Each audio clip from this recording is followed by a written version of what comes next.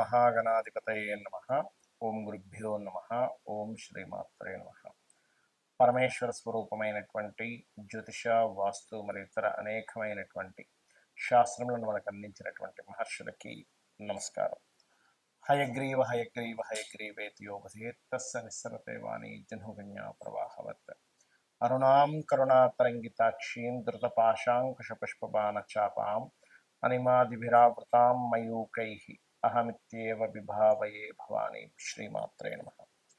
ప్రేక్షకులకి ఆ లలితాంబిక అమ్మవారి యొక్క అనుగ్రహం పరిపూర్ణంగా కలగాలని మనస్ఫూర్తిగా కోరుకుంటూ, మనం ఈరోజు చాలామంది ఈ కొత్త సంవత్సరం వస్తుంది, మాకు ఆదాయ వ్యయాలు ఇలా ఉంది, లేకపోతే మాకు ఏలినాటి శని జరుగుతుంది, అర్ధాష్టమ శని నడుస్తుంది, అష్టమ శని రాబోతుందని భయపడుతున్నారు. అయితే మీకు ఆంగ్ల సంవత్సరం మారినా లేనట్లయితే ఉగాదికి మన ఇప్పుడు రాబోయేటువంటి శ్రీ విశ్వవసునామ సంవత్సరం వస్తున్న, గతంలో వచ్చినటువంటి క్రోధినామ సంవత్సరం వచ్చిన, మొట్టమొదటిగా మీరు అర్థం చేసుకోవాల్సింది ఏంటంటే, గ్రహాలు మారినప్పుడు దాని యొక్క ప్రభావం కొంత ఉంటుంది, ఉండదని కాదు. ఇది గోచారంలో. కానీ మీ పర్సనల్ చార్ట్లో ఎలా ఉంది, అసలు మీరు ఎటువంటి పాటిస్తే ఏ లగ్నం వారు ఎటువంటి ఇబ్బంది లేకుండా హాయిగా సంతోషంగా లాభదాయకంగా ఉంటారు, ఏ ఏ లగ్నం వారు లేదా లగ్నం తెలియని రాశి వారు అనే విషయాన్ని ఇప్పుడు మనం ధనుర్లగ్నము, ధనస్సు రాశి, ఈ ధనస్సులో ఉండేటువంటి నక్షత్రాలు కనుక చూసుకున్నట్లయితే మూల, పూర్వాషాఢ, ఉత్తరాషాఢ ఒకటో పాదం ఉంటుంది. అయితే ఎవరు ఏ ధ్యానం చేసుకోవాలనేటువంటి విషయాలు చెప్తుంది నేనైనప్పటికీ కూడా చెప్పిస్తుంది సాక్షాత్ లలిత అమ్మవారిగా భావిస్తూ, ముఖ్యంగా మూలా నక్షత్రం వారు గణపతిని ఎంత ధ్యానం చేసుకుంటే అంత మంచిది. ఓం ఘం గణాధిపతయే నమః అనే నామస్మరణ చక్కటి ఫలితాలు ఇస్తుంది. అలాగే పూర్వాషాఢ, ఉత్తరాషాఢ నక్షత్రాలు ఉంటాయి. పూర్వాషాఢ నక్షత్రం వారు అమ్మవారిని అందులో ప్రధానంగా ఓం శ్రీమాత్రే నమః అనే నామస్మరణ. ఎందుకంటే వీళ్ళకి శుక్రుడు ధనుస్సు లగ్నం వారికి శుక్రదశ, శుక్రుడు పూర్వజన్మ కర్మని యాక్టివ్ చేసేటువంటి దశలు ఇవన్నీ కూడా శుక్రదశలు అవి. అందుకని శుక్ర మహాదశ జరుగుతున్నట్లయితే ధనుర్లగ్నం వారు మరింత ఎక్కువగా చేసుకోవాలి అమ్మవారి ఆరాధన. అదేవిధంగా ఉత్తరాషాఢ నక్షత్రం వారు మీరు సూర్యుడి ధ్యానం చేసుకుంటూ సూర్యుడికి కొంచెం అరగబాదిన గంధం కొద్దిగా వేసి ఆ నీటితో గనక అర్ఘ్యం వదిలినట్లయితే చాలా చక్కటి ఫలితాలు వస్తాయి. అలాగే మీకు చాలామంది టెన్షన్ పడుతుంది ఏంటంటే, అమ్మో అర్ధాష్టమ శని వస్తుంది అంటారు. నేను ఒకటే చెప్తాను, అర్ధాష్టమ శని, అష్టమ శని, ఏలినాటి శని ఏది వచ్చినా కూడా మీరు చేసేటువంటి కొన్ని విధానాలు ఏవైతే ఉంటే వాటి వల్ల ప్రభావం పడదు. ఒకటే సీఎంలు, పిఎంలు అయినవి కూడా ఏలినాటి శని, అర్ధాష్టమ శని, అష్టమ శనిలో అని చెప్పాను చాలాసార్లు నేను. కాబట్టి టెన్షన్ పడకండి. కాకపోతే మీరు కాస్త ఏదైనా కన్స్ట్రక్షన్ చేసేటప్పుడు, ఏదైనా ఒక ప్రారంభించేటప్పుడు ఎస్టిమేషన్ కరెక్ట్గా వేసుకోండి. 4లో శని ఉన్నప్పుడు ఏమవుతుందంటే, కొన్ని నిర్మాణాలు అనుకుంటాం, అవి సరైన సమయానికి అవ్వవు. ఇది ప్రధానంగా గుర్తుపెట్టుకోండి. ఇక రెండవ విషయం ఏంటంటే, ఇక్కడ దశమంలో ఉండే కేతువు మారడం వల్ల ఉద్యోగ అవకాశాలు కూడా చక్కగా పెరుగుతాయి, దానికి టెన్షన్ లేదు. సప్తమంలోకి గురువు వెళ్తున్నందుకు గతంలో ఎప్పటి నుంచో మీరు వివాహ సంబంధించినటువంటి విషయాలు ఏవైతే అవ్వట్లేదని టెన్షన్ పడుతున్నారో అవి కాస్త ముందుకు కదులుతాయి సప్తమంలో గురువు ఉన్నందుకు. ఇక మీరు నిత్యము చేయవలసిన దేవతారాధన నరసింహస్వామి యొక్క ఆరాధన చేయండి, అనే విధానం బాగుంటుంది. ఏ లగ్నం వాళ్ళైనా ఏ రాశి వారైనా సరే ఈ కొత్త సంవత్సరంలో బాగా కలిసి రావాలంటే కొన్ని సూత్రాలు పాటించండి. మీకు ప్రతిసారి ఎదురు చూస్తూ ఉంటారు, ఈ సంవత్సరం నుంచి బాగుంటుందేమో, ఇంకో సంవత్సరం నుంచి బాగుంటుందేమో, ఇప్పటికైనా నా కష్టాలు పోతాయేమో ఎదురు చూడటం కాదు, కొన్ని పాటిస్తే ఖచ్చితంగా క్లియర్ అవుతాయి. ఏమిటవి అంటే, ఒకటి, ఈ గ్రహాల యొక్క ప్రభావం అంతా కూడా మన కర్మని ఆధారం చేసుకుని ప్రభావితం, అంటే అవి ప్రభావం చూపిస్తూ ఉంటాయి.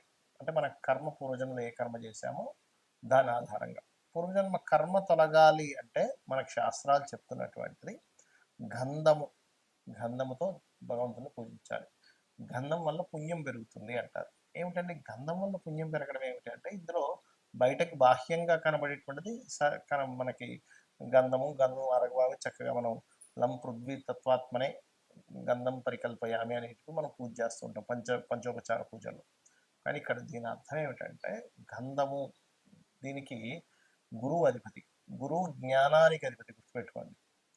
అంటే మీకు కనుక జ్ఞానం వచ్చినట్లయితే ఆటోమేటిక్గా పాపం తొలగిపోతుంది. మన శాస్త్రాలు కూడా ఇవే చెప్తున్నాయి, అంతే కదా. అంటే ఏమిటి, జ్ఞానయోగం చాలా గొప్పది అంటూ ఉంటుంది. అంటే నువ్వు జ్ఞానాన్ని సంపాదించుకో. గంధం ఎలా అయితే పూజ చేస్తావో గంధంతో పూజ చేయడం వల్ల జ్ఞానం పెరుగుతుంది. అంటే మనకి విచక్షణ పెరుగుతుంది, మనం ఏం చేస్తున్నాం ఏం చేయట్లేదు. అందుకని ఖచ్చితంగా గంధంతో పూజ చేయాలంటారు. అందుకే గంధము, ధూపము, దీపము, నైవేద్యము, పుష్పము, ఈ పంచోపచారాలు చేస్తుంటాం. అయితే ఇక్కడ నిత్యము ఉదయము సాయంత్రం ఒక దీపం పెట్టి ఒక్క 10 నిమిషాలు కూర్చొని చూడండి. మీ లైఫ్ ఏ సంవత్సరం వచ్చినా ఖచ్చితంగా మార్పు, మంచి మార్పు వైపు వెళ్తూ ఉంటుంది. ఇక రెండవ విషయం ఏంటంటే, మీకు దగ్గరలో ఆలయం ఏదైనా ఉన్నట్లయితే అందులో ప్రధానంగా మాకు శని యొక్క ప్రభావం ఎక్కువ ఉందండి, ఏలినాటి శని ఎక్కువగా ఉంది అనుకునేవారు ఒకటే చెప్తాను, ఆంజనేయ స్వామి ఆలయానికి వెళ్ళి చూడండి.